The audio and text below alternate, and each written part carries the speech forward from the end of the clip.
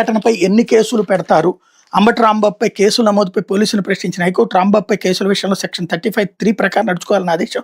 తదుపరి విచారణ మార్చి 1కి వాయిదా. తిరుమల శ్రీవారి లడ్డు తయారీలో వినియోగించి నెయ్యిలో జంతు కొవ్వులు లేవని సిబిఐసి ఛార్జ్షీట్ దాఖలు చేసిన అధికార పార్టీ తప్పుడు ప్రచారం తిప్పికొట్టే క్రమంలో చేసిన వ్యాఖ్యలకు గాను తనపై రాష్ట్ర వ్యాప్తంగా వేరువేరు పోలీస్ స్టేషన్లు నమోదైన 33 కేసులను కొట్టేయాలని కోరుతూ మాజీ మంత్రి వైఎస్ఆర్సీపీ నేత అంబటి రాంబాబు సోమవారం అత్యవసరంగా హైకోర్టును ఆశ్రయించారు. లంచ్ మోషన్ రూపంలో దాఖలు చేసిన వ్యాజ్యాలపై న్యాయమూర్తి జస్టిస్ వెంకట జ్యోతిర్మయ ప్రతాప్ విచారణ జరిపారు. ఒకే అంశంపై ఎన్ని ఎఫ్ఐఆర్ దాఖలు చేస్తారని న్యాయమూర్తి ప్రశ్నించారు.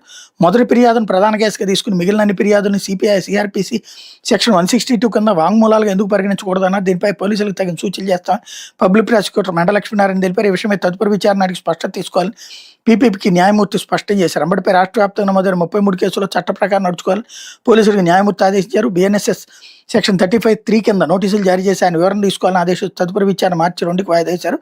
అంబటి తరపు సీనియర్ న్యాయవాది పొన్నవోలు సుధాకర్ రెడ్డి వాదన వినిపించారు. ఇప్పటివరకు రాష్ట్ర వ్యాప్తంగా నమోదైన 35 కేసులు ఒకే అంశానికి సంబంధించిన దీనిపై బహుళ ఎఫ్ఐఆర్ నమోదు చేయడానికి వీల్లేదని తెలిసిన పోలీసులు కేసులు నమోదు చేస్తున్నామన్నారు కోర్టుకు తెలిపారన్నటువంటిది హైలైట్ చేశారు. అయితే మాజీ మంత్రి అంబటికి బెయిల్ మరో